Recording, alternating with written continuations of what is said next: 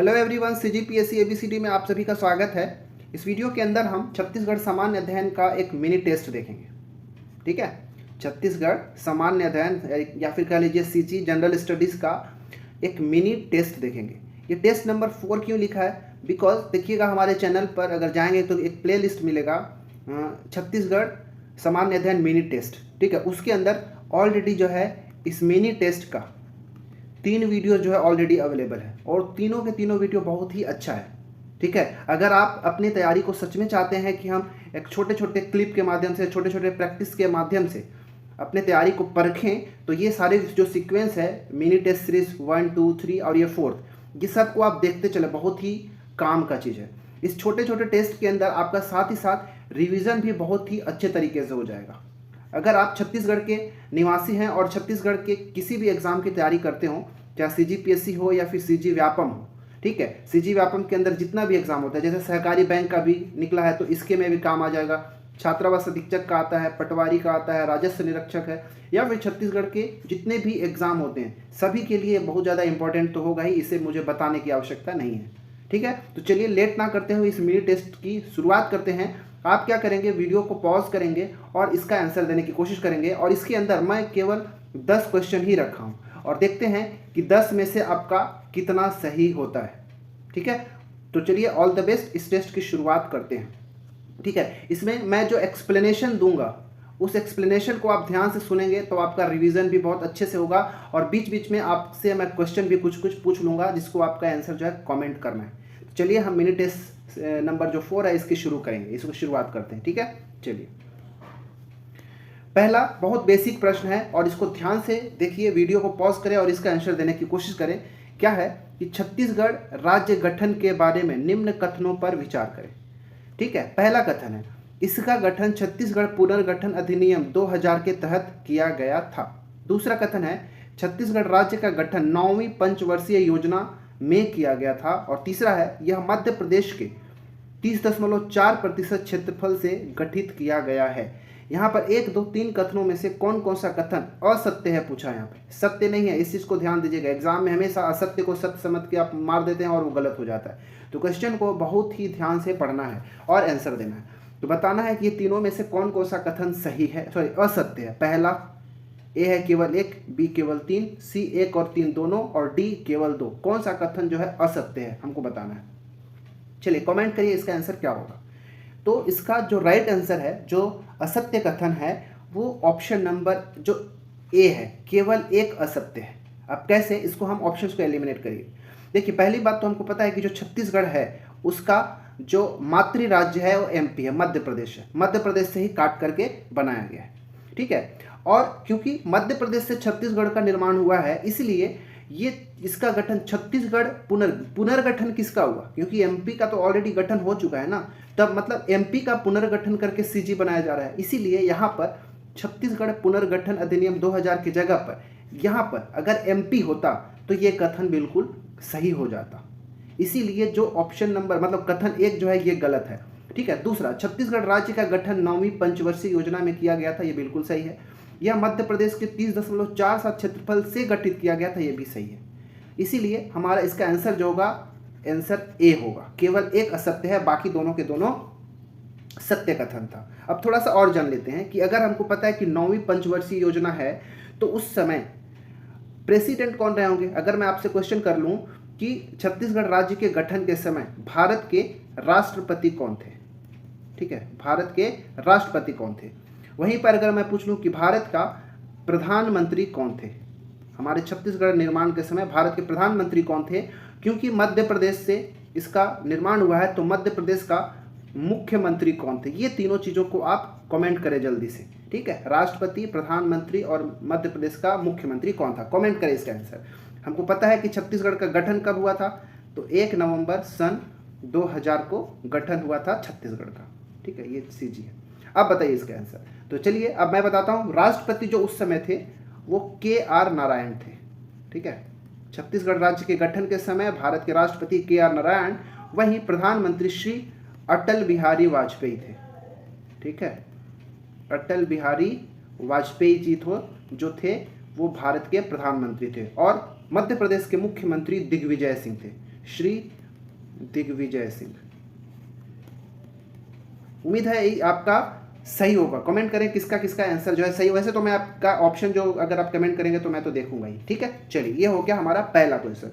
तो उम्मीद है आपको ये समझ में आया होगा। ये आसान भी क्वेश्चन था क्योंकि कई बार ये क्वेश्चन आपने देखा होगा, आपने पढ़ा होगा। मेरा मकसद इसलिए है कि आपका यहाँ से रिविजन भी हो जाए और कुछ फैक्ट भी आपको मिलता चला जाए। ठीक है, चलिए दूसरा प्रश्न अब देख लेते हैं। दूसरा प्रश्न है आपके लिए कि छत्तीसगढ़ का प्रतीक वाक्य की घोषणा कब किया गया था। ठीक है, ये प्रतीक वाक्य जो है अभी लेटेस्ट वाला की मैं बात कर रहा हूँ। इससे पहले दूसरा था, जब बीजेपी की सरकार थी तो कुछ और था, और जब कांग्रेस की सरकार आई तो कुछ और हो गया। तो जैसे जैसे सरकारें बदलती हैं प्रतीक वाक्य भी बदलते रहता है। तो मैं बीजेपी वाले की बात नहीं कर रहा हूँ, कांग्रेस वाले की बात कर रहा हूँ। ठीक है, मतलब कह लो कि वर्तमान में छत्तीसगढ़ का प्रतीक वाक्य है उसका घोषणा कब किया गया था। अब पहली बात तो छत्तीसगढ़ का प्रतीक वाक्य क्या है वो भी पता होना चाहिए। तो जब बीजेपी की जब सरकार थी तो उस समय क्या था, उसको कोई कमेंट करके बताए कि बीजेपी के सरकार के समय छत्तीसगढ़ का प्रतीक वाक्य क्या था। ठीक है, और इसका जो अभी छत्तीसगढ़ का वर्तमान प्रतीक वाक्य क्या है उसको भी कमेंट करके बताएंगे। तो छत्तीसगढ़ का अभी जो वर्तमान में राजकीय प्रतीक वाक्य है वो है गढ़बो नवा छत्तीसगढ़। क्या है, गढ़बो नवा छत्तीसगढ़। ये छत्तीसगढ़ का अभी वर्तमान में प्रतीक वाक्य है। इसकी घोषणा कब किया गया था, तो आंसर याद रखिएगा, ऑप्शन नंबर सी सही है। 26 जनवरी 2019 को छत्तीसगढ़ का राजकीय प्रतीक वाक्य गढ़बो नवा छत्तीसगढ़ की घोषणा की गई थी 26 जनवरी 2019 को। ठीक है, याद रखिएगा, ये कांग्रेस की सरकार, भूपेश बघेल की सरकार के द्वारा इसकी घोषणा की गई थी। ठीक है, वहीं जो बीजेपी का था, बीजेपी के समय क्या था, विश्वसनीय छत्तीसगढ़। ठीक है, विश्वसनीय छत्तीसगढ़। अच्छा, इसको दिया कौन था, तो भाजपा के एक वरिष्ठ नेता हैं जो अभी हमारा सड़क और परिवहन मंत्रालय के मंत्री हैं, उनका नाम है नितिन गडकरी। नितिन गडकरी, इन्होंने ही विश्वसनीय छत्तीसगढ़ का बात किया था, ये प्रतीक वाक्य दिया था भाजपा सरकार के द्वारा। उम्मीद है आपको समझ में आ गया होगा। अच्छा, ये 18 नवंबर 2019 क्या है, इस दिन क्या हुआ था, 18 नवंबर 2019 के दिन क्या हुआ था, इसको कोई कमेंट करके बताएंगे क्या। तो देखिए, अभी जैसे कि आपको पता है कि छत्तीसगढ़ का राजकीय गीत भी है। ठीक है, छत्तीसगढ़ का राजकीय गीत कौन सा है, तो है अरपा पैरी की धार। ठीक है, अरपा पैरी की धार। ये जो राजकीय गीत है इसका प्रकाशन किया गया था राजपत्र में, कब, 18 नवंबर 2019 ईस्वी को। क्लियर है, जो राजकीय गीत अरपा पैरी की धार जो है उसका जो राजपत्र में घोषणा 18 नवंबर 2019 को किया गया था। अच्छा, इसको लिखा किसने था, इसका रचना किसने किया था, तो याद रखिएगा, नरेंद्र देव वर्मा। ठीक है, नरेंद्र देव वर्मा जी के द्वारा इसकी रचना की गई थी। इसका अगर वाद्य यंत्र के साथ गाएंगे तो इसका गायन का समय 6.36 मिनट है, लेकिन इसका मानकीकरण कर दिया गया है और इसको अब गाने का जो समय बना दिया गया है 1 मिनट 15 सेकेंड। मतलब स्टैंडर्डाइज करके इसको छोटे समय में कम शॉर्ट वाला गा सकते हैं, कितना, 1 मिनट 15 सेकेंड के अंदर एक शॉर्ट वाला अरपा पैरी की धार जो राजकीय प्रतीक वाक्य है उसका गायन किया जा सकता है। इसके अंतर ये जो अरपा पैरी की धार है इसमें 4 नदी और 7 जिलों का इसके अंतर्गत वर्णन किया गया है। ये 28 नवंबर 2007 क्या है, 28 नवंबर 2007 क्या है, तो याद रखिएगा, राजभाषा आयोग का गठन इस दिन किया गया था। ठीक है, राजभाषा आयोग का गठन किया गया था कब, 28 नवंबर 2007 ईस्वी को इसका गठन किया गया था। और इस दिन 28 नवंबर को ही छत्तीसगढ़ी दिवस के रूप में मनाया जाता है। ठीक है, राजभाषा आयोग का गठन एक्चुअली में गठन नहीं हुआ था, 28 नवंबर 2007 ईस्वी को राजभाषा आयोग के गठन के लिए एक विधेयक पारित किया गया था। ठीक है, याद रखिएगा, एक विधेयक पारित किया गया था और राजपत्र में इसका जो प्रकाशन हुआ था 11 जुलाई 2008 ईस्वी को हुआ था। ठीक है, राजपत्र में जो कुछ बोल रहा हूँ उसको आप लिखते चलेंगे। और जब गठन हो गया तो इसका लिए प्रथम बैठक जो हुआ था वो 14 अगस्त 2008 ईस्वी को प्रथम बैठक हुआ था और इसी 14 अगस्त को कार्यालय स्थापना दिवस के नाम से जानते हैं। और इसका जो प्रथम अध्यक्ष बनाया गया था राजभाषा आयोग का वो थे पंडित श्यामलाल चतुर्वेदी। ठीक है, पंडित श्यामलाल चतुर्वेदी। ठीक है, याद रखिएगा। और ये 2008 से लेकर 11 तक अध्यक्ष के रूप में, राजभाषा आयोग के अध्यक्ष के रूप में थे। 14 अक्टूबर 2021 भी बहुत ज़्यादा इम्पोर्टेंट है। ठीक है, 14 अक्टूबर 2021 इसलिए इम्पोर्टेंट है क्योंकि राजकीय गमछा का लोकार्पण किया गया था। ठीक है, राजकीय गमछा का लोकार्पण किया गया था 14 अक्टूबर 2021 को सीएम भूपेश बघेल के द्वारा। ये जो है टसर, शिल्क और खादी से निर्माण किया गया था, जिसका जीएसटी के साथ इसका कीमत 1534 रुपये का है। ठीक है, इसका लंबाई चौड़ाई की अगर बात करें तो 84 इंच ये लंबा है और 24 इंच ये चौड़ा है। तो इस प्रकार मैंने चारों ऑप्शंस को एक्सप्लेन किया है आपके लिए, ताकि आपका ऑप्शंस के माध्यम से बहुत सारा चीज़ रिवीजन हो सके। इसीलिए मेरा मिनी टेस्ट लाने का मकसद ही इसलिए है ताकि आपका कम से कम क्वेश्चंस में ज़्यादा से ज़्यादा रिवीजन मिले। ठीक है, चलिए, उम्मीद है इसका आंसर भी आपका सही होगा और कमेंट करके बताएंगे किसका किसका आंसर सही है। तीसरा प्रश्न आज का, तीसरा प्रश्न है आपके लिए, छत्तीसगढ़ के सर्वाधिक क्षेत्र में विस्तृत शैल समूह कौन सा है? आर्कियन शैल समूह, कडप्पा शैल समूह, गोंडवाना या फिर धारवाड़। बताना है कि कौन सा सबसे अधिक क्षेत्र में विस्तृत है। देखिए अगर इसकी मैं प्रतिशत की बात करूं, सबसे पहले कमेंट करके बताएं कि इसका आंसर क्या होगा, आर्कियन, कडप्पा, गोंडवाना या धारवाड़। ठीक है, बताइए। तो आपको समझ में आ गया होगा। अगर आपने इस टॉपिक को थोड़ा सा भी पढ़ा होगा तो ध्यान आ जाएगा। बहुत ईजी टॉपिक है, इसको एक बार पढ़ के जाइएगा, एग्जाम में बहुत बार पूछा जाता है। तो छत्तीसगढ़ में सर्वाधिक क्षेत्र में विस्तृत जो शैल समूह है वो है ऑप्शन नंबर ए, आर्कियन शैल समूह। जो छत्तीसगढ़ के कुल क्षेत्रफल का जो 85% क्षेत्रफल है उसमें आर्कियन शैल समूह जो है विस्तृत है। कडप्पा वाले की बात करूं तो ये 25 से 30% क्षेत्र में फैला हुआ है। गोंडवाना शैल समूह 17% क्षेत्र में, और इससे कम में धारवाड़ शैल समूह जो है फैला हुआ है। ठीक है, याद रखिएगा। इसके अलावा जो कुछ बच जाएंगे उसमें कुछ दक्कन ट्रैप, विंध्यन शैल समूह जो है आपको विस्तृत मिलेगा। ये जो आर्कियन शैल समूह है, ये पहला वाला, ए ऑप्शन वाला, इसमें ग्रेनाइट, डोलोमाइट, नीस, ये सारे चीज आपको देखने को मिलेगा। क्या क्या? ग्रेनाइट, डोलोमाइट और नीस, ये सारे खनिज जो है आपको आर्कियन के शैल समूह में देखने को मिलेगा। वहीं अगर कडप्पा में जाएंगे तो कडप्पा शैल समूह में आपको चूना पत्थर, बलुआ पत्थर, ये सब आपको देखने को मिलेगा। गोंडवाना का सबसे महत्वपूर्ण जो है वो है कोयला, याद रखिएगा। ठीक है, कोयला जो है गोंडवाना शैल समूह में मिलता है। वहीं अगर धारवाड़ में जाएंगे तो धारवाड़ शैल समूह के अंदर लोहा, सोना, अभ्रक, मैंगनीज, क्रोमियम, कॉपर, यूरेनियम, ये सब आपको इसी में देखने को मिलेगा। जो दक्कन ट्रैप है, याद रखिएगा, दक्कन ट्रैप से याद रखिएगा एक महत्वपूर्ण खनिज वो है बॉक्साइट। ठीक है, बॉक्साइट किससे मिलता है? दक्कन ट्रैप शैल समूह से मिलता है। और जो विंध्यन शैल समूह है, ठीक है, जो विंध्यन शैल समूह है, इससे ग्रेनाइट और नीस भी मिलेगा। ठीक है, ग्रेनाइट और नीस। तो ये सब आपको याद रखना है कि यहाँ से कैसे कैसे क्वेश्चन आपसे बनाया जा सकता है। ठीक है, चलिए चौथा क्वेश्चन की ओर अब बढ़ लेते हैं।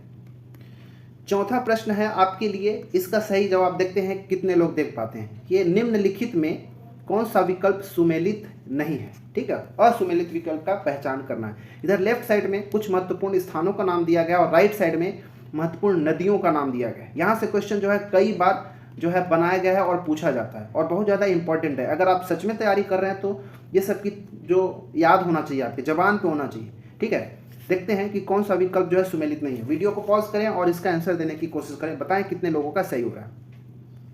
परलकोट, क्या परलकोट कोटरी, निबरा और गुडरा नदी के संगम पर है?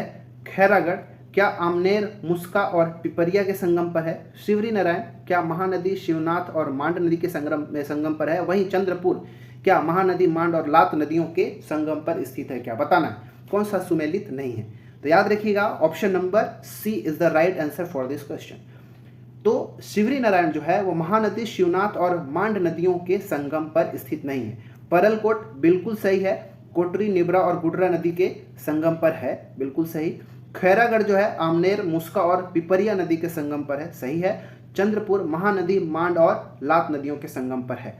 परंतु ये शिवरी नारायण महानदी शिवनाथ और मांड नदी के संगम पर न होके ये है, इस मांड नदी के जगह अगर जोंक नदी लिख दिया जाए तो हमारा सही हो जाएगा। अर्थात शिवरी नारायण, महानदी, शिवनाथ और जोंक इन तीन नदियों के संगम पर स्थित है। और शिवरी नारायण आप सभी को पता है कि ये जांजगीर चांपा में स्थित है। क्लियर है इतना?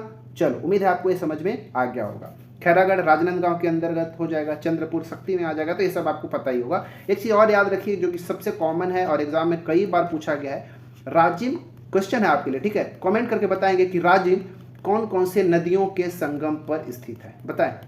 राजिम जो है कौन कौन से नदियों के संगम पर स्थित है और राजिम किस जिले में स्थित है, ठीक है? बताइए सब लोग का, ठीक है? इसका आंसर दें, कमेंट करें किसका किसका सही है, हमको देखना है, ठीक है? जितने लोग का भी सही होता है आप कमेंट करें इसका कि राजिम किन नदियों के संगम पर स्थित है, ठीक है? चलिए पांचवा प्रश्न है, गुप्तेश्वर जलप्रपात किस नदी पर स्थित है? गुप्तेश्वर जलप्रपात किस नदी पर स्थित है? शंखनी डंगनी, चितवांगू नदी, शबरी नदी या फिर मुनगा बहार नदी? कौन से नदी पर स्थित है बताना है, ठीक है? गुप्तेश्वर जलप्रपात किस नदी के संगम पर स्थित है? वीडियो को फिर से पॉज करें और आंसर देने की कोशिश करें, ठीक है? देखिए, मुनगा बहार नदी जो है इस पर तो गुप्तेश्वर जलप्रपात नहीं है, इस पर एक बहुत ही महत्वपूर्ण छत्तीसगढ़ का जलप्रपात तीरथगढ़ जलप्रपात जो है स्थित है, ठीक है? तीरथगढ़ जलप्रपात जो कि छत्तीसगढ़ का सबसे, ठीक है, छत्तीसगढ़ का सबसे ऊंचा जलप्रपात है जिसकी ऊंचाई 300 फीट है, याद रखिएगा। सबसे ऊंचा तीरथगढ़ जलप्रपात मुनगा बहार नदी के ऊपर स्थित है, ठीक है? शबरी नदी पर एक याद रखिएगा, ये जो हमारा गुप्तेश्वर जलप्रपात है वो शबरी नदी के ऊपर ही है, ठीक है? गुप्तेश्वर जलप्रपात कहाँ? शबरी नदी के ऊपर ही स्थित है, याद रखिएगा। शबरी नदी के ऊपर एक और याद रखिएगा, रानी दरहा जलप्रपात, ठीक है? ये कहाँ आपको मिलेगा? सुकमा के अंदर मिलेगा, ठीक है? याद रखिएगा। तो गुप्तेश्वर जलप्रपात भी आपको सुकमा के अंदर ही देखने को मिलेगा। चलिए मैं एक क्वेश्चन करता हूँ, इसका आंसर देखिए। रानी दरहा जलप्रपात तो सुकमा के अंदर है, आप बताएंगे कि रानी दाह, ठीक है, रानी दाह जलप्रपात कहाँ है? रानी दरहा तो हो गया, एक है रानी दहरा, ठीक है, रानी दहरा जलप्रपात, ये दोनों कहाँ? और एक है रानी दाह, ठीक है, रानी दाह जलप्रपात। अच्छा, रानी दाह तो मैंने पूछ लिया, तो रानी दाह जलप्रपात और रानी दहरा जलप्रपात ये कहाँ, कौन कौन से जिलों में स्थित है आपको कमेंट करके बताना है, ठीक है? चलिए, रानी दाह और रानी दहरा सबको कमेंट बॉक्स में कमेंट करना है। शंखनी डंकनी नदी के ऊपर जाएंगे तो एक नदी याद, एक जलप्रपात आगे रखिएगा, सूरतगढ़ जलप्रपात, ठीक है? सूरतगढ़ जलप्रपात ये डंकनी शंखनी नदी के ऊपर स्थित है, ये दंतेवाड़ा जिला में मिलेगा आपको, दंतेवाड़ा में। चितवांगू नदी जो है, ठीक है, चितवांगू नदी, इस चितवांगू नदी के ऊपर आपको लंकापल्ली जलप्रपात मिलेगा, ठीक है, लंकापल्ली जलप्रपात। तो ये जलप्रपात वाला जो टॉपिक है बहुत ज़्यादा इंपॉर्टेंट है, एग्जाम में पूछा जाता है, तो इसको भी आप पढ़ के ही जाएंगे रिवाइज, इसीलिए जितना भी हो सके पॉसिबल एटलीस्ट इसके अंदर हमने 5 से 7 तो रिवाइज कर ही लेंगे। तो ऐसे ही रिवाइज होगा, हम सारे क्वेश्चन जो बहुत सारे मिनी टेस्ट सीरीज करेंगे उसमें बहुत सारा रिविजन आपका हम कराएंगे, ठीक है? आप अपने पढ़ाई को करते रहें। छठवां प्रश्न अब देख लेते हैं आज का। छठवां प्रश्न है, वीर नारायण सिंह परियोजना छत्तीसगढ़ के किस नदी पर स्थित है? बहुत इंपॉर्टेंट क्वेश्चन है, ठीक है? वीर नारायण सिंह परियोजना छत्तीसगढ़ के किस नदी पर स्थित है? खारंग नदी, मनियारी नदी, पैरी नदी या फिर कोडार नदी? बताइए इसका आंसर क्या होगा, कमेंट करें, वीडियो को पॉज करें और आंसर देने की कोशिश करेंगे, ठीक है? खारंग नदी जो है, खारंग नदी के ऊपर खारंग परियोजना है, ठीक है? नाम से ही जान सकते हो खारंग परियोजना, अगर ये दे दे तो, नहीं तो इसी का अन्य नाम जो है संजय गांधी परियोजना, ठीक है? संजय गांधी परियोजना इसको कहते हैं, जिसका निर्माण 1920 से लेके 31 इसके बीच में कभी हुआ था। मनियारी नदी के ऊपर देखोगे तो आपको मिलेगा मनियारी जलाशय, ठीक है, मनियारी जलाशय। इसी जलाशय का जो अन्य नाम है वो राजीव गांधी परियोजना है, ठीक है, राजीव गांधी परियोजना। इसका निर्माण 1924 से 30 के बीच में हुआ था और ये आपको मुंगेली जिले के अंदर देखने को मिलेगा, ठीक है, मुंगेली जिले के अंदर देखने को मिलेगा। ये खारंग वाला कहाँ मिलेगा? तो ये बिलासपुर में आपको देखने को मिलेगा।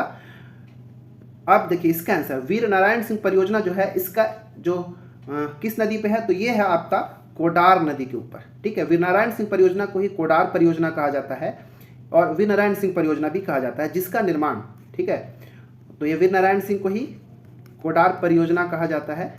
इसका निर्माण 1976 से लेके 1995 के बीच में हुआ था, तो बहुत पुराना है, ठीक है, और ये आपको महासमुंद जिले में मिलेगा। अगर नदियों के बारे में आपको पता है कि कौन सी नदी किस जिले से होकर गुजरती है तो ज़्यादा चांसेस रहता है कि आपसे बन जाएगा। पैरी नदी के ऊपर अगर आएंगे तो याद रखिएगा एक सीकासार परियोजना, नीचे लिख देता हूँ, वहाँ पे स्पेस नहीं है। पैरी नदी के ऊपर आएंगे तो आपको मिलेगा सीकासार परियोजना। ठीक है, क्या मिलेगा? सीकासार परियोजना, जो कि 1995 में निर्मित है और ये आपको गरियाबंद जिले में देखने को मिलेगा, गरियाबंद के अंदर। ठीक है, और ये तो हमने देख ही लिया था, ये मुंगेली के अंदर। अच्छा, मैं एक क्वेश्चन करता हूँ कि बताइए तांदुला परियोजना, ठीक है, तांदुला परियोजना जो कि 1913 में निर्मित है, ये किस जिले में स्थित है? कमेंट करें इसका आंसर। ठीक है, तांदुला परियोजना किस जिले में स्थित है? इसका निर्माण 1913 में हुआ था। ठीक है, 7वां प्रश्न अब देखते हैं। 7वां प्रश्न है कि छत्तीसगढ़ के जलवायु से संबंधित निम्न कथनों में असत्य कथन की पहचान करना है। फिर से यहाँ पे असत्य है, सत्य नहीं है। छत्तीसगढ़ में उपाद्र जलवायु का फैलाव है। दूसरा, छत्तीसगढ़ में अधिकांश वर्षा बंगाल की खाड़ी की शाखा से होती है। तीसरा, छत्तीसगढ़ में शीतकालीन जो वर्षा होती है अरब सागर की शाखा से होती है। और चौथा, यहाँ के जलवायु मानसून पर आधारित होता है। इसमें से इन चारों में से कौन सा जो कथन है वो असत्य है, हमको ये बताना है। ठीक है, बताइए। ठीक है, छत्तीसगढ़ तो है, हमको पता है कि क्या एक भू आवेष्टित राज्य है। ठीक है, भू आवेष्टित आपको पता होगा क्या होता है, जो सभी तरफ से स्थल से घिरा हो, अन्य राज्यों से मान लो घिरा हो, उसको हम भू आवेष्टित कहते हैं। जिसके आसपास कोई समुद्र नहीं है, कोई ऐसा कुछ भी बड़े बड़े नदियां नहीं है। ठीक है, अगर कोई मान लो समुद्र से घिरा हुआ चारों तरफ से होगा, भू आवेष्टित नहीं होता। तो भू आवेष्टित ये ऐसी जगह होते हैं जिसके बॉर्डर के चारों स्थल ही हो, भू या जमीन ही हो।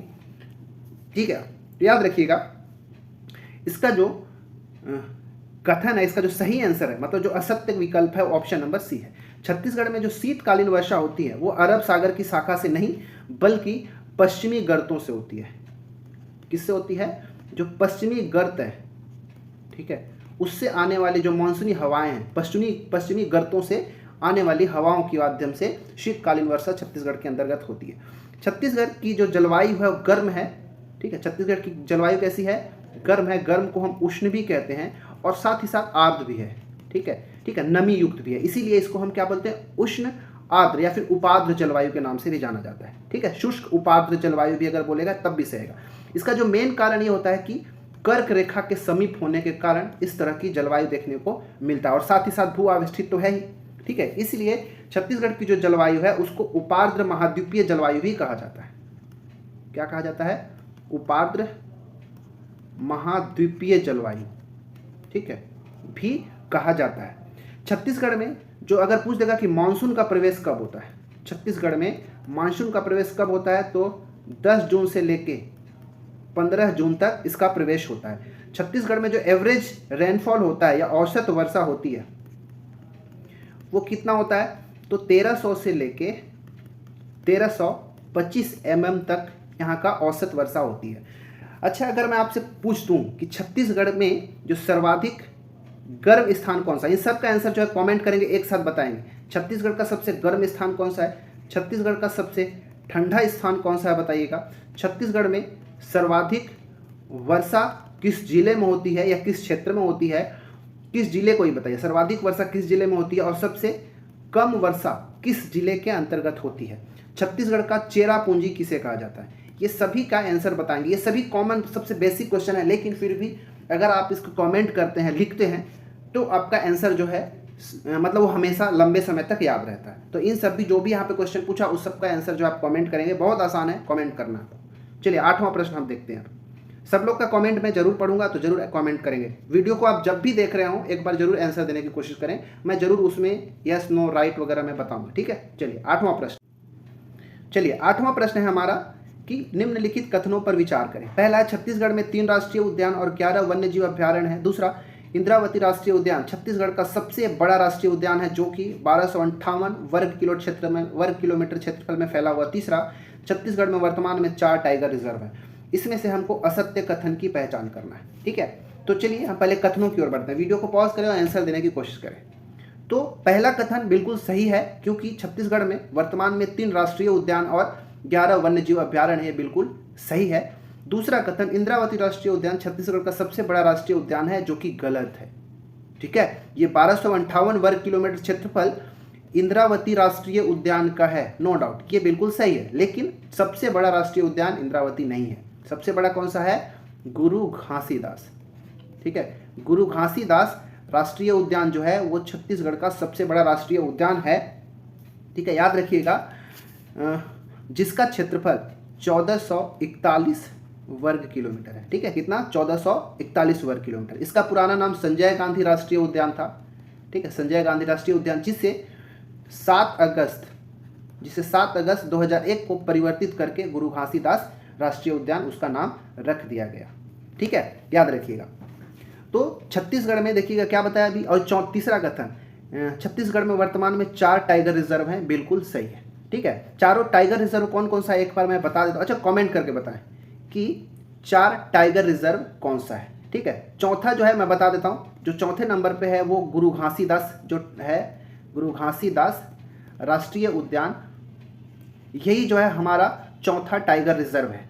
ठीक है, और ये जो है देश का 53rd नंबर का राष्ट्रीय उद्यान, सॉरी टाइगर रिजर्व है, याद रखिएगा। ठीक है, चौथा नंबर पे क्या है हमारा? गुरु घासीदास। बाकी 3 राष्ट्रीय उद्यान कौन कौन सा है उसको आपको कमेंट करना है, बताना है कि कौन कौन सा है। ठीक है, तो इस प्रकार अगर हम देखें तो छत्तीसगढ़ में वर्तमान में 3 राष्ट्रीय उद्यान हो गया, 11 वन्य जीव अभ्यारण्य हो गया और 4 टाइगर रिजर्व हो गए। ये 3, 11, 4 आपको याद रखना है, और एक बायोस्फीयर रिजर्व है। ठीक है, 3, 11, 4 है, किसको याद रखना है? 3 हो गया क्या हमारा? राष्ट्रीय उद्यान, 11 वन्य जीव अभ्यारण्य, 4 हो गया हमारा क्या? 4 हमारा क्या हो गया? देखिए टाइगर रिजर्व, और एक हमारा बायोस्फीयर रिजर्व है। इन सबको अगर मिला दिया जाए तो हमारे जो कुल वन क्षेत्र है उसका 14,835.87 वर्ग किलोमीटर जो है उसमें केवल ये सभी आते हैं, जो कि छत्तीसगढ़ के कुल क्षेत्रफल का 24.82% में फैला हुआ है, ये सब के सब। ठीक है, तो ये था हमारा इस क्वेश्चन का 8वें का आंसर। बाकी जो क्वेश्चन मैं आपसे पूछा कि 3 और टाइगर रिजर्व कौन कौन से, कमेंट करके बताएं, और उनको टाइगर रिजर्व कब घोषित किया गया था वो भी आप कमेंट करके बताएंगे। ठीक है, इससे आपका रिवीजन हो जाएगा। 9वां प्रश्न देख लेते हैं। 9वां प्रश्न है कि छत्तीसगढ़ में आकाशवाणी केंद्र की शुरुआत कब हुई थी? वेरी वेरी इंपॉर्टेंट क्वेश्चन, कभी कभार यहाँ से क्वेश्चन पूछ लिया जाता है, इसलिए हमको इसकी जानकारी भी होना चाहिए। 2 अक्टूबर 1963, 8 जून 1936, 26 जनवरी 1976 या फिर 15 अगस्त 1947। कब छत्तीसगढ़ में आकाशवाणी केंद्र की शुरुआत की गई थी? वीडियो को पॉज करें और आंसर देने की कोशिश करें। ठीक है, तो इसका आंसर आप सभी को शायद पता होगा। ऑप्शन नंबर ए, 2 अक्टूबर 1963 ईस्वी को छत्तीसगढ़ में प्रथम आकाशवाणी केंद्र की शुरुआत रायपुर से किया गया था। ठीक है, कहाँ से? रायपुर से किया गया था। उसके बाद दूसरे नंबर पे देखिए कहाँ आ जाता है? अंबिकापुर। ठीक है, रायपुर के बाद अंबिकापुर में 1976 में। मैं एक बार फटाफट बता देता हूँ, इसी ऑर्डर में 1963 में रायपुर, अंबिकापुर में 1976। अगर जगदलपुर में जाएंगे, ठीक है, तो जगदलपुर में हुआ था 1977 में, फिर बिलासपुर में 1991 में, और इसके 1 साल बाद रायगढ़ में 1992 में। ठीक है, तो ये चारों आपको याद रखना है। 1, 2, 3, 4, 5 पांचों आकाशवाणी केंद्र जो छत्तीसगढ़ के अंदर है, ये पांचों कब यहाँ शुरुआत की गई थी आपको याद रखना है। अब थोड़ा सा मैं आकाशवाणी केंद्र जो है, ऑल इंडिया रेडियो जो होता है, उसका मैं हिस्ट्री बता देता हूँ, बस 1 मिनट के अंदर, तो देख लेते हैं। देखिए, याद रखिएगा सबसे पहले क्या कि भारत में आपने सुना होगा all India radio, AIR, all India radio. ठीक है, ये जो है 8 जून 1936 को अस्तित्व में आया। कब? 8 जून 1936। देखिए 36 का उल्टा होता है 63, और 63 का उल्टा 36, तो ऐसे आप रिलेट कर लीजिएगा। ऑल इंडिया रेडियो, जिसको हम अभी क्या कहते हैं? आकाशवाणी केंद्र कहते हैं। ठीक है, आकाशवाणी, इसका अस्तित्व कब में आया था? 8 जून 1936 ईस्वी को। यह डायरेक्ट नहीं आ गया था, इसका पुराना नाम जो था Indian state broadcasting services, Indian state broadcasting services, ये जो था इसका नाम ही परिवर्तित करके 8 जून 1936 ईस्वी को ऑल इंडिया रेडियो रख दिया गया था। हालांकि भारत में जो पहला रेडियो का प्रसारण हुआ था, पूरा कहानी को सुनिएगा, भारत में पहला रेडियो का प्रसारण कब हुआ था? 1923 ईस्वी में हुआ था, रेडियो क्लब बॉम्बे के द्वारा। ठीक है, बॉम्बे में एक रेडियो क्लब था, उसके द्वारा 1923 में शुरुआत हुआ था। ठीक है, पहला रेडियो का प्रसारण। फिर बाद में क्या हुआ? प्राइवेट इंडियन ब्रॉडकास्टिंग कंपनी, क्या बोल रहा हूँ? Private Indian broadcasting company limited.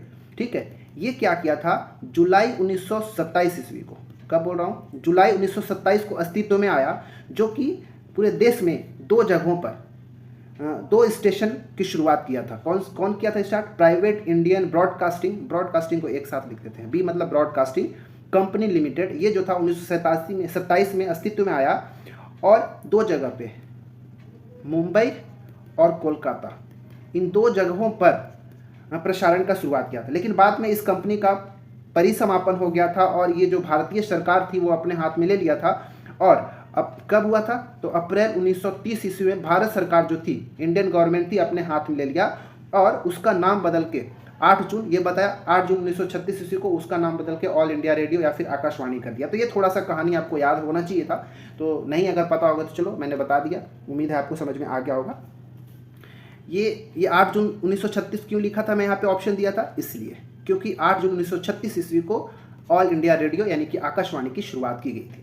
26 जनवरी 1976 को क्या हुआ था, तो एक चीज़ याद रख सकते हैं कि 26 जनवरी 1976 ईस्वी को जो पंडित मुकुटधर पांडे थे, उनको साहित्य के लिए पद्मश्री दिया गया था। और वो जो पंडित मुकुटधर पांडे थे वो पहले ऐसे व्यक्ति थे छत्तीसगढ़ के जिन्हें पद्मश्री से नवाजा गया था। तो इसलिए मैं ये वाला ऑप्शन एक अलग से डाल दिया ताकि आपको यहाँ से याद रहे। ठीक है, चलिए आज का हम 10वां और लास्ट प्रश्न देख लेते हैं।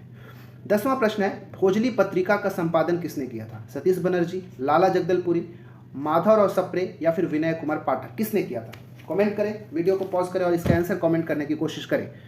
ठीक है, तो भोजली पत्रिका का जो संपादन किया था, option number D, Vinay Kumar Pathak ने किया था। ठीक है, ये जो भोजली पत्रिका है वो एक त्रैमासिक पत्रिका थी। ठीक है, एक त्रैमासिक पत्रिका थी जिसका यहाँ पे लिख देता हूँ भोजली। ठीक है, कैसी थी, एक त्रैमासिक पत्रिका थी जिसका इन्होंने संपादन 1968 से लेकर 75 के बीच तक इन्होंने किया था। 1978 से 75 के बीच में किया था बिलासपुर से। ठीक है, बिलासपुर से किया था। इन्होंने एक और, विनय कुमार पाठक ने एक और पत्रिका का संपादन किया था जो कि साप्ताहिक थी। कैसी थी, साप्ताहिक पत्रिका थी जिसका नाम था छत्तीसगढ़ सहकारी संदेश। ठीक है, छत्तीसगढ़ सहकारी संदेश, इसका भी संपादन विनय कुमार पाठक ने ही किया था। और ये कहाँ से किया था, इंदिरा कला और संगीत विश्वविद्यालय खैरागढ़ से इसका क्या बोलते हैं संपादन होता था। एक चीज़ कोई कमेंट करके बताए कि इंदिरा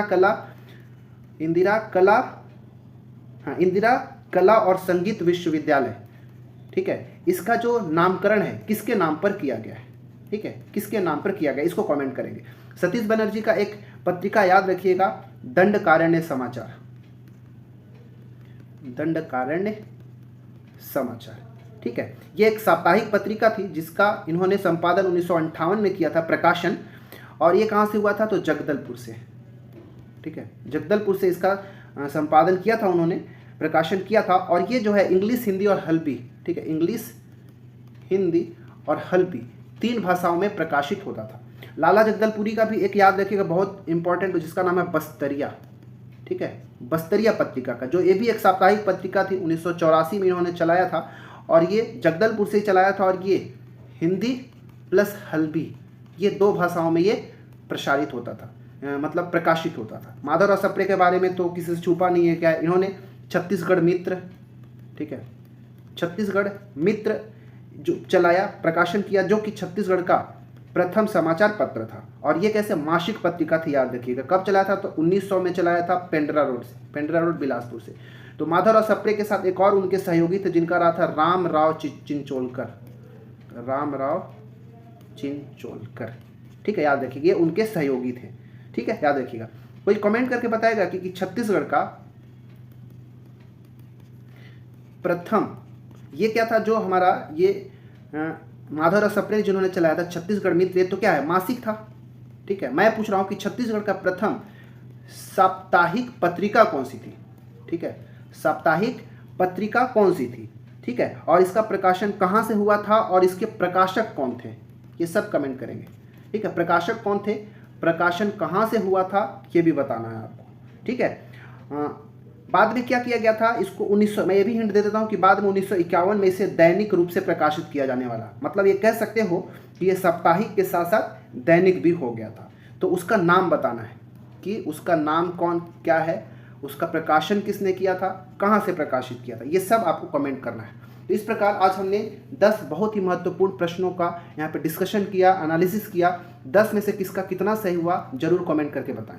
अगर अभी से लेके लास्ट तक CGPSC प्री का जो एग्जाम 2024 में होगा वहाँ तक आपके लिए ऐसे ही मिनी टेस्ट लेकर आते रहूँगा, ताकि आपका रिवीजन भी अच्छे से होते रहे, साथ ही साथ बाकी एग्जाम में भी आपके लिए ये इंपॉर्टेंट रहे। ठीक है, बस इस वीडियो में इतना ही।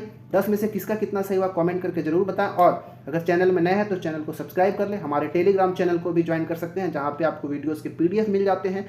किसी भी तरह का डाउट है वहाँ पे हम सब मिल के उसको हम सॉल्व करने की कोशिश करते हैं। ठीक है, तो अपने पढ़ाई को कंटिन्यू रखें। मिलते हैं अगले वीडियो में, तब तक के लिए धन्यवाद।